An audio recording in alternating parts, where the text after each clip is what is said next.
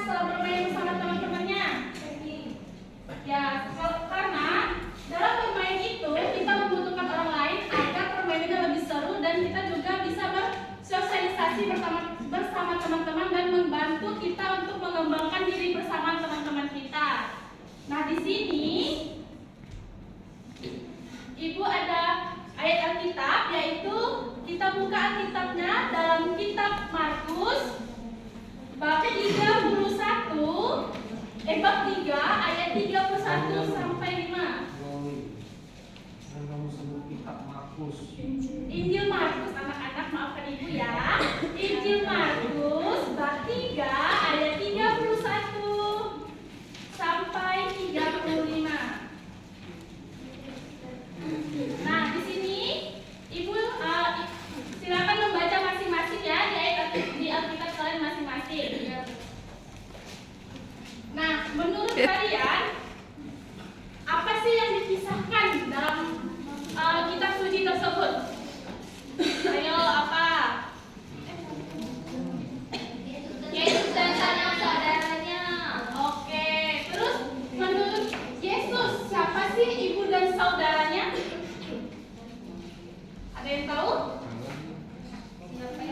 Orang-orang yang duduk di sekelilingnya. Ya, betul sekali Arya. Ada lagi? Wena, siapa sih yang disebut Yesus sebagai saudara-saudaranya? Orang yang duduk. Wena, teman. Oke, teman. Eda, siapa sih disebut saudara-saudaranya dalam Yesus katakan dalam kitab tadi? Semua orang yang melakukan kehendak Allah. Oke, pintar. Mila? Oke, tepuk tangan untuk kita semua. Nah, menurut Yesus, setiap orang yang melakukan kehendaknya, dengan kata lain, hubungan Yesus itu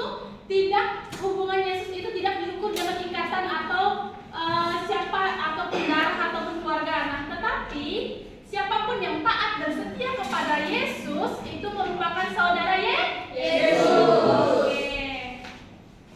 Nah, pertanyaan ketiga, apa yang harus kita lakukan supaya layak disebut saudara-saudara Yesus? Berbuat baik. Selanjutnya, ya, mengasihi.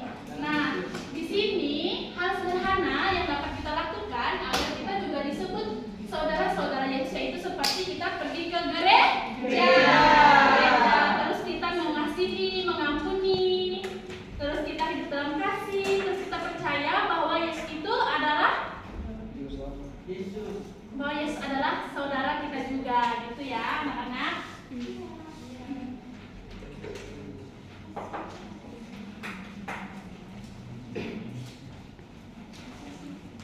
Nah, di sini setelah kita menyaksikan gambar, membuka ayat kitab suci, di sini Ibu akan menjelaskan apa kaitan gambar dan kitab suci dari judul materi kita, yaitu aku mengembangkan diri bersama orang lain. Nah, seperti yang kita ketahui, kita adalah makhluk yang tidak bisa hidup sendiri. Maka dari itu kita membutuhkan orang lain agar kita bisa mengembangkan diri kita. Nah, kita semua membutuhkan orang lain untuk membantu kita menjadi pribadi yang lebih baik. Baik dalam keluarga, seperti gambar tadi itu ada keluarga, ada sekolah, ada teman-teman. Nah, melalui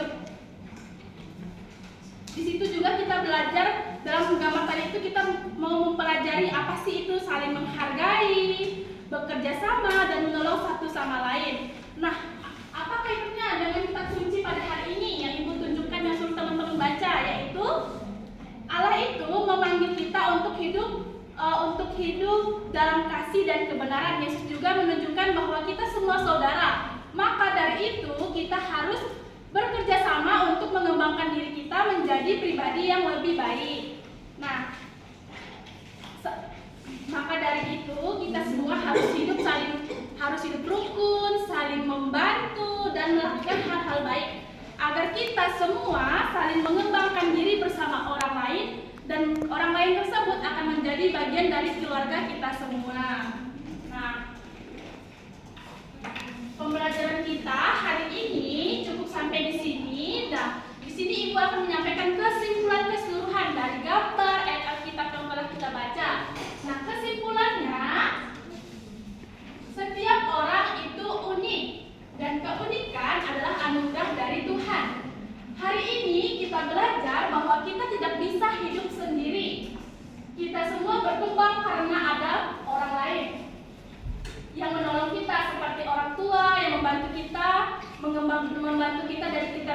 dari kita lahir sampai kita tumbuh dewasa. Guru yang membimbing kita dalam hal persekolahan di sekolah. Dan teman-teman membantu kita juga dalam perkembangan, yaitu dalam hal bermain, berkumpul dan bekerja sama.